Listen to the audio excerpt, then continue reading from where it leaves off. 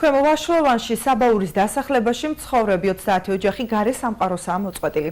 სოფელი 2008 წლიდან გეოლოგებმა მეწყერს საშიშ ტერიტორიად გამოაცხადეს, მას შემდეგ კი სიტუაცია კიდევ უფრო გაუარესდა, დაიბზარა და ჩამოიშალა კაპიტალური შენობები.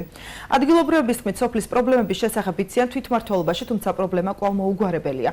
გარდაცვლილი ფეხმძიმე და ავადმყოფი ადგილობრივებს სოფლიდან ფეხით გადაჰყავთ.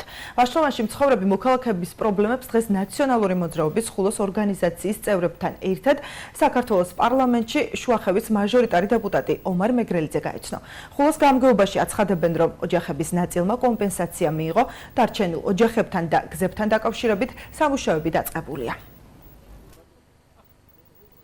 დღეს პაჟარნია რომ მოვიდა, მაგალითად ფეხით ვერ გადავიდა, სახლი დაიწვა წყვილად. სახლი დაიწვა. ამ შემთხვევაში კიდევ ასე იგი განმეორდა, მეორედან პაჟარნია მოხდა კიდევ პაჟარი კიდევ მეორეთაც ვერ გადმოვიდა მანქანა ასე იგი. ამის შემდეგ ასე იგი სკორი ვერ მოდის.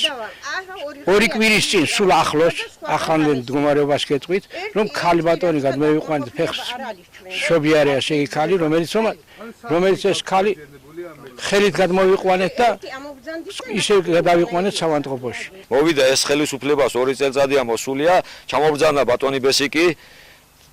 ხო და სახეზე შეხედა გზა არ არის, კვალი არ არის, სახლები არ არის.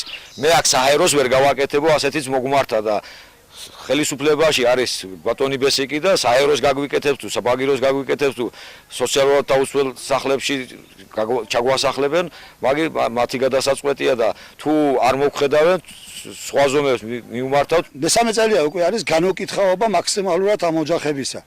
უკვე ეს ოჯახები ვერ სარგებლობენ ამ გზას 25-30 ოჯახია, სადაც მეწყერ საშიში ზონაც არის გამოცხადებული და თუ ამ ოჯახებმა ეს გზა ვერ უნდა ისარგებლონ, კეთილი ინებონ და ეს ოჯახები გადაიყვანონ სხვა საცხოვრებელ ფართებში. დინარეობს აღნიშნული დარჩენილი ოჯახების შესწავლა სახელმწიფოს მიერ, რომლებიც აუცილებლად იქნებიან დაკმაყოფილებული.